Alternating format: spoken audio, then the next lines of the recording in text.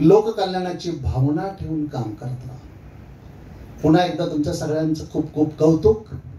पु ल देशपांडे म्हणायचे, वेदना आणि आनंद दोन्ही फार चांगल्या बोलतात, पण वाक्याचं भाषण लांबलं की श्रोत्यांना ज्या वेदना होतात त्या फार चांगल्या बोलत नाही. त्यामुळं मी या ठिकाणी थांबतो. आणि या ठिकाणी विशेष म्हणजे मी अजून एक चांगली गोष्ट बघितली की सुनीता निंबाळकर, सुनीता राजे, खरं भावाळकर पण इथं आले, त्यांना पण वर घ्यायला पाहिजे होतं. भरपूर नामांकित लोक आहे, पण सुनीता राजेंनी आज एकही राजकीय माणूस इथं बोलवलं नाही. बघा,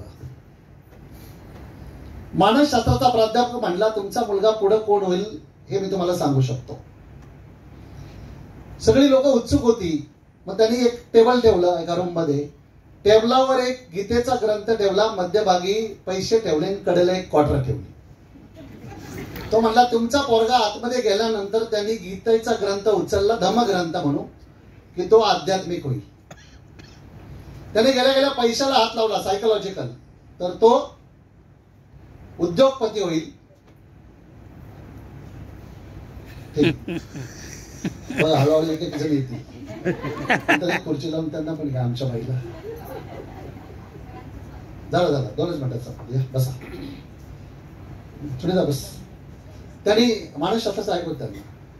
त्यांनी जर नोटेला हात लावला, पैशाचं बंडल, तर तो उद्योगपती होईल किंवा जुगारी होईल, ऑप्शन दिला.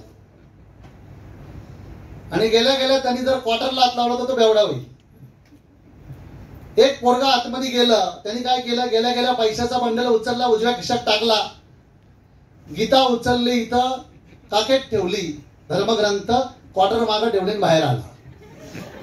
म्हणलं आता हा कोण होणार, तर म्हणले हा राजकारणी होणार. त्यामुळे बंधू भगिनी